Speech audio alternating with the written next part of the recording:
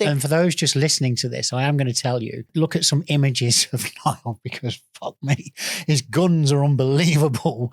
His whole body is a little powerhouse. You're not that tall, are you? How tall are you? 5'3". Yeah, he's like a little 5'3" and a bit. Let's add that bit. Let's add that bit. Yeah. The bit's always important, mate. No matter what you're talking about. Yeah. Absolutely. So, but yeah, I mean, he is he's phenomenal, and we're going to, obviously people can watch this, but yeah, that's some physique this man has got that I sit in front of today. Talk us through some of the things you were up to during the hours of being locked in. Okay, so reading books, inspirational, motivational books. Got into Stoicism. Did you? But more Marcus Aurelius, people like that. Yes, yeah. But more into philosophy. Whilst reading, I was exercising with the lads. We were all doing 15, 20 minutes, 30 minutes max circuits on the yard. Predominantly an exercise called burpees, chest to ground burpees. It features a lot in the CrossFit world. Yeah. Basically, you just, from a standing position, your chest has to touch the floor and then basically back up onto your 2 feet and then do a slight jump. That's like an egotistical exercise within the prison system. I've said this before, if you get moved onto a new wing and you've got, you hold a relatively good physique, people always ask you, well, you're in good nick. How many burpees can you do? Is it? It's always like a hierarchical. Yes. Absolutely. He sits here then because he can do this. Many, yeah. He can only do 10. He's a fucking, So we're all doing what we do, like you say, just exercising on the yard in the gym. Yeah. When we can. But my mind always wandered off, and I was thinking, I wonder how long I could do burpees for. Was it? I wonder where my breaking point would be.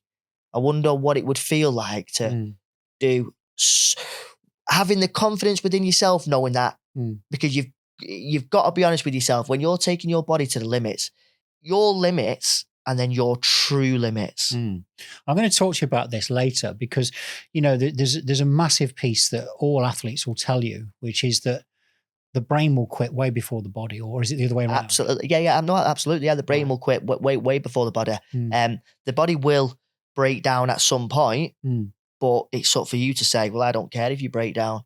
I'm dragging you with me. And then your mind then will drag your body along it. So it's a wonderful thing. Yeah, because Niall mentioned it early in this session. He is a PT as well.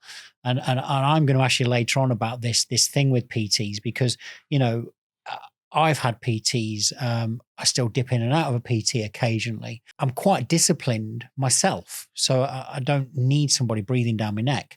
But that PT does give you, whenever I've had it, I'm like, shit, I wouldn't have done that without my PT. Accountability. There you go. So to finish on that there, I have never had a coach.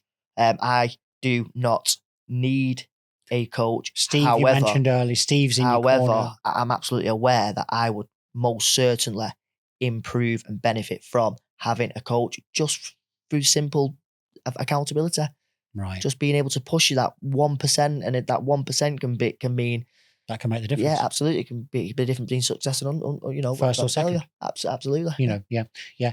So we've only just come out of the weekend. What were you doing on Saturday? I succeeded and completed a 24-hour continuous row on the Concept 2 rowing machine. Jesus. Just to put it in layman's terms, that's an indoor rowing machine that you will be aware of. Most gyms. Yes, exactly. Concept 2 is the brand. Other brands are out there. Absolutely. So 24-hour continuous row. I always get asked, what? So you didn't have a break? To say that I had breaks would do the word break an injustice. I was basically rowing for 59 minutes of every hour. 1 minute just to stand up, just to get in a natural position, just to give reprieve on the back and legs, and then just basically go again. But again, what epitomizes who I am is that alone is an extraordinary feat. But that was sandwiched between 7 hours continuous clients in my personal training studio. Because you did the row at 4, it started at 4 p.m. in the evening, 5:30 a.m. the same day, you're up with 7 back-to-back clients. An hour and a half, got everything together, My Stuart, who is my support crew, unbelievable human being within himself. Everything that I do wouldn't be possible without him. He turns up. We've got an hour and a half to prep, straight into the 24-hour continuous row. Finish at 4 p.m. the Sunday. Home, straight to bed. Up on the Monday, bright-eyed, bushy-tailed. Had an honest conversation with myself because the 24-hour row is just a drop in the ocean in the bigger picture. So that was only a preparation for a world record that I will be attempting in the next couple of months, which basically requires me to be on the road for pretty much 5 days. So that is just mere conditioning for that world record. So then yesterday I was up, bright-eyed, bushy-tailed, back in the personal training studio at 4 p.m. for another 5 clients back to back. Wow. And some people say, "What did you do at the weekend?" And it's like, oh, not much. but literally though, not much.